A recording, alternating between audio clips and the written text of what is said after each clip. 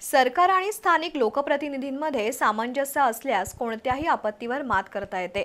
संभाव्य पुराच्या पार्श्वभूमीवर प्रशासकीय यंत्रणा सज्ज ठेवा अशा सूचना आमदार राजेंद्र पाटील यड्रावकर यांनी दिल्या। जयसिंगपूरमध्ये आपत्ती व्यवस्थापन बैठकीत ते बोलत होते।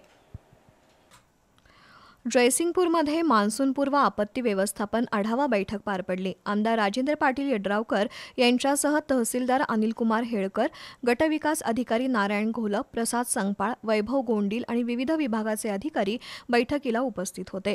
आपत्तीच्या काळात पाटबंधारे विभागाचं काम महत्त्वाचं असतं। सर्वसामान्यांना आणि पशुधनाला त्रास होणार नाही यासाठी आपत्ती काळात सर्वांनी खबरदारी घ्यावी, तसंच आरोग्य यंत्रणेनंही सतर्क राहावं, सर्व विभागांनी समन्वयानं काम करावं अशा सूचना आमदार राजेंद्र पाटील यड्रावकर यांनी दिल्या।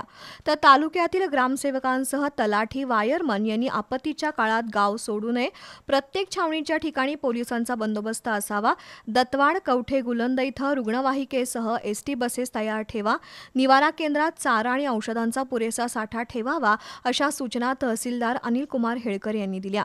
यावेळी आपत्ती विभागाचे जिल्हा समन्वयक प्रसाद संगपाळ, गटविकास अधिकारी नारायण घोलप, नायब तहसीलदार योगेश जमदाडे, महावितरणचे कार्यकारी अभियंता वैभव गोंडील यांच्यासह शासकीय अधिकारी उपस्थित होते।